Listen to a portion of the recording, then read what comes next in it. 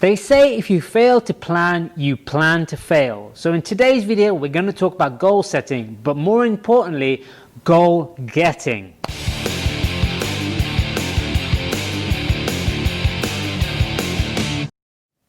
Hey there, I'm Fahad from Fit with Fahad. And in today's video, we're going to talk about goal getting. But anyone can set a goal. So what I really want to talk to you about how you're going to achieve those goals once and for all.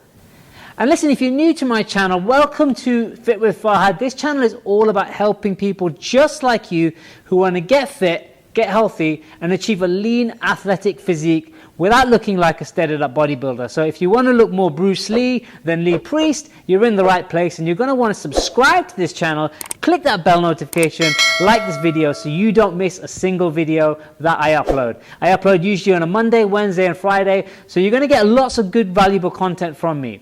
Anyway, let's crack on with today's video, which is all about goal setting and goal achieving. So if you haven't already checked out my video on SMART goals, the link is going to pop up on screen now. But SMART goals are a very effective way of setting goals. Now, the first thing you want to do when you have a goal in mind is you want to write it down.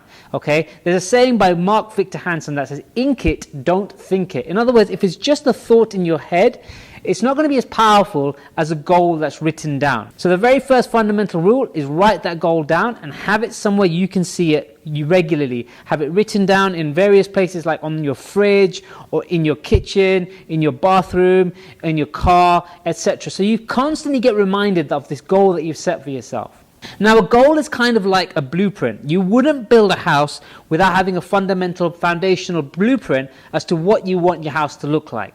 The same thing applies to the goals you have when it comes to fitness. Now, these principles don't just apply to fitness. You might want to become financially successful. You might want to have better relationships. You might have other goals in mind, like you might want to become the world's greatest bottle top collector. I don't know, is that even a goal? But whatever your goal is, you're going to want to have it written down, and you're going to want to have a plan in place on how you're going to achieve those goals. So let's quickly recap on SMART goals. So SMART is an acronym for specific, measurable, agreeable or attainable, realistic, and time-bound. In other words, and if we're talking about fitness and we're talking about health and weight loss, just losing weight isn't a powerful enough goal. You need to have something that's so powerful, so clear, yet so succinct that your brain can visualize it. And I'm going to do a little trick with you right now. Okay? I want you to think, close your eyes and think of a yellow car. All right? Now open your eyes. Did you see a yellow car flash in your mind's eye? Or did you see the letters YELLOWCAR? No, you saw a car. Now, whether it was a yellow Lamborghini or a yellow New York taxi cab or even a yellow Mini, it doesn't matter what the car was. The point is you saw a picture of that car.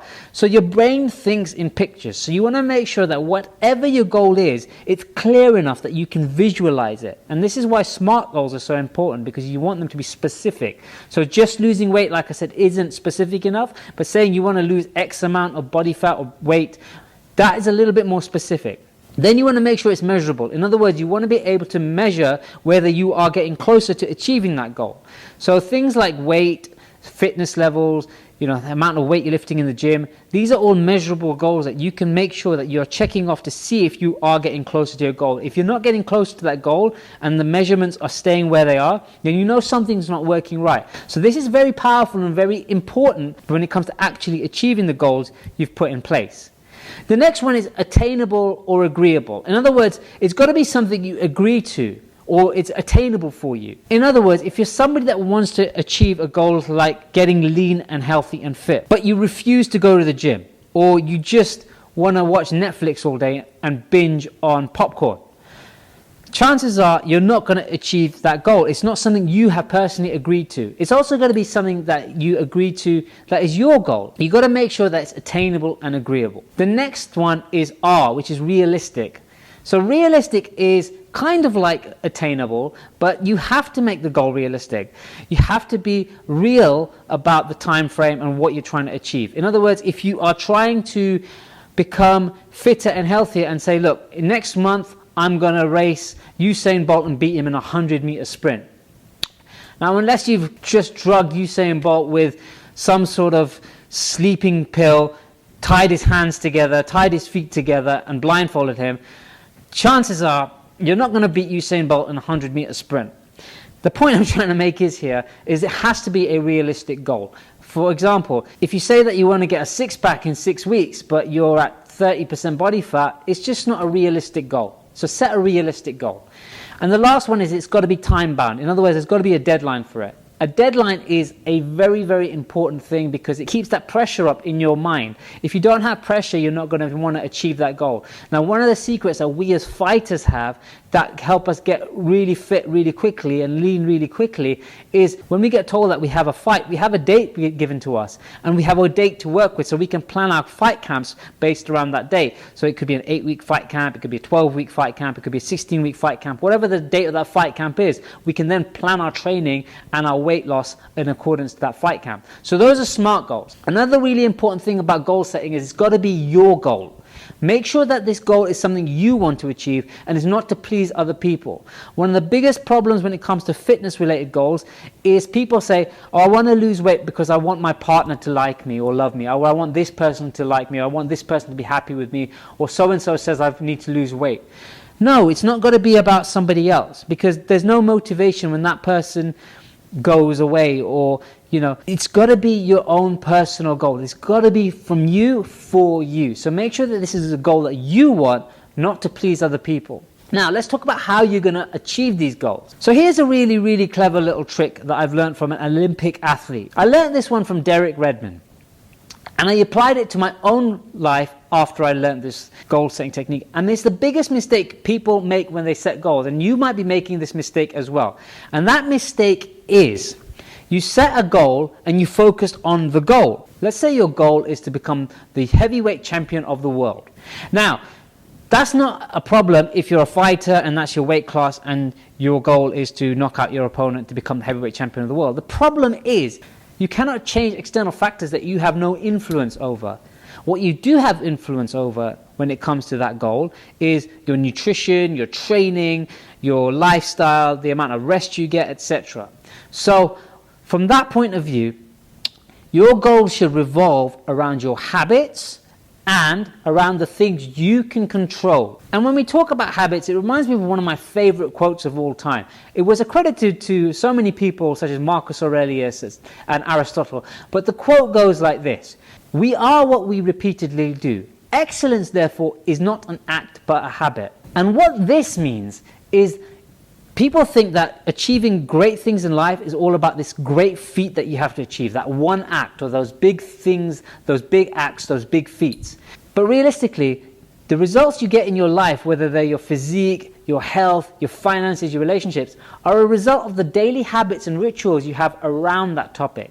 So why not focus your goals around your daily habits and routines? In other words, rather than focusing on something external like becoming the heavyweight champion of the world, or even something like losing 10% body fat, focus your goals around what you do on a daily basis. So your goals now could be drink X amount of water a day. Make sure that you go to the gym at least 3 times a week. Make sure that you are sleeping 8 hours a day. Make sure you get X amount of protein depending on your needs. Make sure you are eating fibrous vegetables every day. Make sure you're taking your fish oils every day, etc. Those kind of goals. So now when you have these goals in place that you can tick off on a sheet, you're going to be more likely to achieve the end goal of losing 10% body fat because you're focusing on goals revolving around your daily habits that actually make the goal happen in the first place. And speaking of tick sheets, this is really important. I kind of stumbled across this by accident when I was at university, when I was really into running. And I used to have this wall chart on my wall, and every day I would want to go for a run, and I'd put an R in the date. And every day I'd miss a run, I would have a gap in that wall chart. And it would make me annoyed that I'd have a gap in the wall chart. So every week I'd make sure I have a complete line of R's. And it was so powerful for me. And I learned this actually was a tip from Atomic Habits, which is a phenomenal book on developing habits. If you have a visual chart of the goals that you set for yourself, and you have it ticked off every day, there's something inside our mind and our brain that we don't want to break a pattern. So if we see that on day 1 we've done everything we wanted to do, day 2 we've done everything we've wanted to do, by day 3, day 4, day 5, etc., you're not going to want to break that pattern. You're going to want to keep the ticks going on the tick sheet. So it's really important to have that visual graph or some sort of tick sheet available for you so that you make sure that you're on track to achieving those goals. So these were just a few tips to help you achieve your goals. I'm going to share more in due course. Make sure you do subscribe to the channel and click that bell notification, because you don't want to miss a single video that pop up. I put up loads of fitness related videos, and I do a few comedy things as well that you might enjoy. So I hope you got some value out of this video. If you did, please leave a comment below. Let me know what you like most about this video. Let me know how you're going to change your goal setting strategies after watching this video. And let me know what your goal is. I'll try to help you in the comments below to get the goals as powerful as possible so that you can achieve them, because I'm all about helping people achieve their goals. So with that, have a great day. Check out this video that's popping up on screen right now about the SMART goals if you haven't already done so. This breaks down the SMART goals in more detail. And I'll see you in the next video. As I always say, sweat more, suck less, and stay awesome.